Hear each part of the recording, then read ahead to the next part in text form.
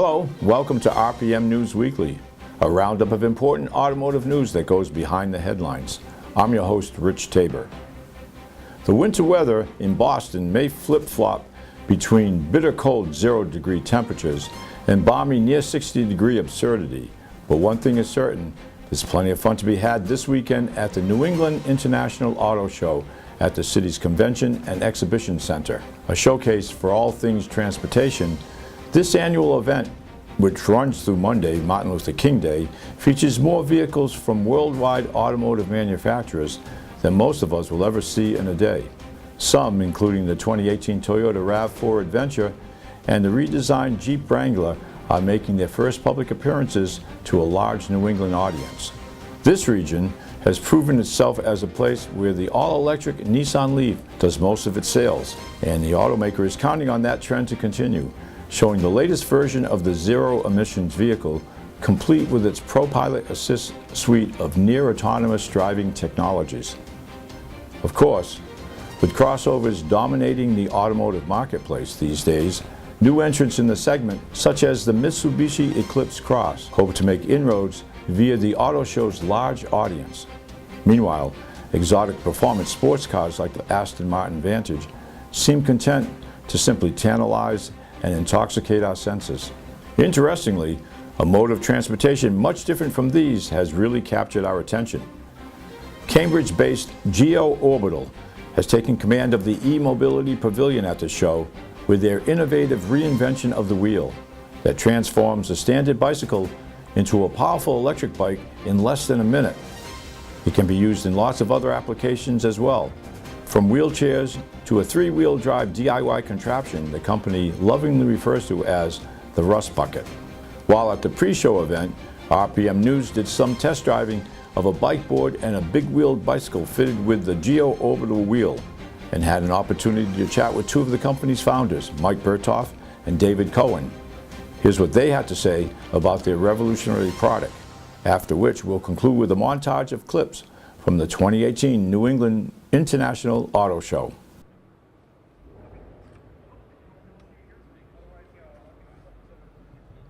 Hello, Rich Tabor for RPM News Weekly here at the New England International Auto Show. And I'm speaking with two of the most important people in our future.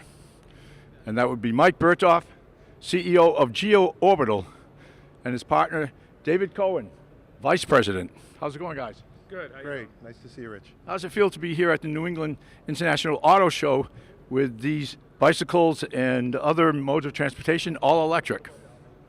It's a wonderful experience. This is our first big show in the Boston area, so we're looking forward to the public coming out and seeing our new products. And you're based in the Boston area, in Cambridge, if I'm not mistaken. Cambridge, Massachusetts. Yeah, is that where you started? That is, yeah. That's where we are. That's where we're based. So tell us a little bit about how you got started with this concept. It's an all-electric wheel that can be used on virtually any bicycle. It can be used on any bicycle, but more importantly, it can be used on pretty much anything altogether. You put this on anything to make it electric. So if you walk around, you'll see a lot of concept vehicles here. We have four-wheel concept vehicles. We have two-wheel concept vehicles, three-wheel concept vehicles.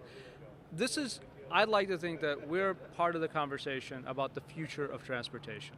With our design, the entire powertrain is inside the wheel. The motor, the battery, all the electronics, and it's completely independent of the rest of the chassis. There don't need to be any powertrain components located anywhere else in the vehicle. That gives us unprecedented design freedom. Although we're launching with bicycles, and we've had a lot of traction, pardon the pun, in the bicycle space, we're expanding into other concept vehicles, and you see we brought a lot of our concepts now, a lot of the prototypes. You rode some as well, and I hope you like them. And what we want to do as a company is we want to be part of the future.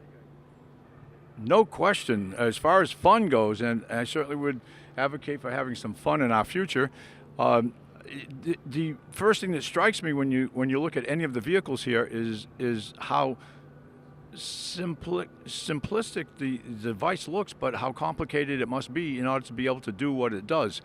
And if I'm not mistaken, the product itself can be purchased just in the wheel form, and you can retrofit anyone's bicycle, or just about anyone's bicycle. It's not just about creating new vehicles, but creating a new way that someone can use the vehicle that they already have. Absolutely. I'd like to think that the future includes includes the present. We take the present and we make it future. You take present bicycles and you make them future bicycles. If you put a sonar on a car, you make an autonomous car. You can make a car and car autonomous. You can make a car and bike electric. And that's really where we are. Everybody owns a bicycle. Everybody knows how to ride a bicycle. We want to bring people's bicycles into the future. And that's what the wheel does. And it only takes about 60 seconds to put on, completely universal to pretty much any bike. We have bikes here from the 1800s, ranging to, the highest tech modern bikes that you can imagine, here on display. So, David, tell us a little bit about the design of the wheel and what makes it work and how easy it is. That's a very good question, because our wheel is very unique. Visually, it's very unique, and it's because of the GeoOrbital design. Geo meaning center, and orbital meaning that the tire and rim actually rotate around the center and the hub does not turn. So if you happen to see a wheel going by, it's certainly a visual attraction. And people generally will see the wheel and smile, but they won't be quite sure of what's different about the wheel. And then when you mention to them, really look in the center and see what's happening. They go, yeah, the center is not spinning. So that's why we did so well in Kickstarter. And we have a lot of videos that we have a video with 26 million views, I think we talked about. And so people like this product. It gets a lot of excitement, but it really comes down to it's fun. It's cool and it's fun. Most people have a favorite bike. In 60 seconds, you can convert your bike to electric. And now it's all of a sudden you have a new age electric vehicle. Nothing to be afraid of either. Besides the idea that many people have already driven a bike, they know how to ride a bike. This doesn't change the dynamics of how you ride the bike as much as it provides you with a way to make what can be very strenuous activity into something that is more enjoyable. Am I correct? Absolutely. No, this doesn't change your bike. I mean, every bike has a personality. A beach cruiser is very different than a mountain bike or a road bike or a hybrid bike. It's really the bike you have. If you have a retro bike from the 70s, this wheel just makes it electric. It doesn't change your bike's personality. It doesn't change your beach cruiser's personality or your kick bike's personality, the bike you just rode. We're not changing the bike. We're just making it better. We're augmenting it with electric power. So, tell me a little bit about the technology that goes into the wheel itself. You look at it and you say, okay, I see a couple of the wheels spinning. I see something that could be electronics or battery somewhere in that center area. What exactly makes this work? Well, we have a number of features that we think are exclusive to us. One is our no flat tire. We've talked to a lot of bikers and they always complain if someone is using the bike for commuting, it's not uncommon that they would get a flat tire. So we filled a conventional tire with foam. So flat tires for our GeoOrbital wheel are a thing of the past. The other thing that we have is a lithium-ion battery. It's the latest technology. We use Panasonic cells, which is really the standard in the battery industry. So very high quality. And how long would that battery last? Well, it varies on usage, but most people, for the consumers, I would say 2 to 5 years. For someone that commutes, every day, probably closer to 2 years. And at the end of the life cycle, the battery just doesn't stop working. It's the same as your cell phone. Just the performance gets a little less. But one nice feature about our product is the battery is removable. And so many people will carry a spare battery depending upon their range. Our typical range with our larger wheel is 15 to 20 miles with a bit of pedaling. That's terrific. That's amazing. And, you start to look at your bike as a vehicle as opposed to just a bicycle. You can pick and choose when you sweat and when you don't sweat. So if you want to, cruise to work because you're wearing a sport coat and a tie today, and then you've been sitting at a desk all day, and the way home you need a little bit of a workout, you can let the legs do more and the motor do less. And so it's really all about choices, but people can control that choice. When you first got the idea that you would be doing something like this for transportation, where did you start? Is this pretty close to where you began, or did you go through a number of prototypes or a number of ideas and say, this is not going to work, but it landed here? How did that all work?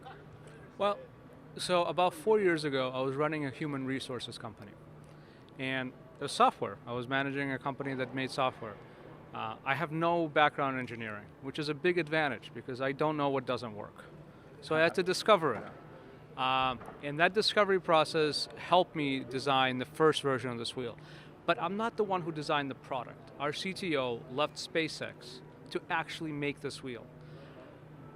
The proper design, proper adherence to the basics is very important when you're designing a new product.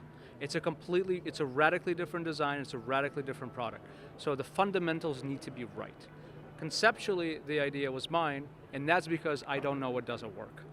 When I could show that this concept works, professionals take over. And that's really what the product is now. It's somebody who had a dream like me, and somebody who actually knew what he was doing, and that's Dakota Decker, our CTO. When you presented the product to Shark Tank, I understand the reception was pretty favorable, and that a couple of the panelists actually bought the wheel. Has that been typical with your product growth? People love this thing. If you've ever thought about biking, but there was a reason for you not to do it, that reason really just comes down to a couple of things. It may be too hard to do it. Maybe you don't want to get sweaty. Any of the things that David just spoke about. There's a very loud engine in the background. That's just something that we don't do with electric. Yeah, it's definitely not one of your wheels. Well, we're going to stop there for a minute, and perhaps we can get a closer look at some of the vehicles. Yeah. Thank you. Actually, I'd love to introduce you to Dakota, who could ride around on some of these, if you want. Sounds like a great idea. Thank you so much, gentlemen. Thanks, Rich.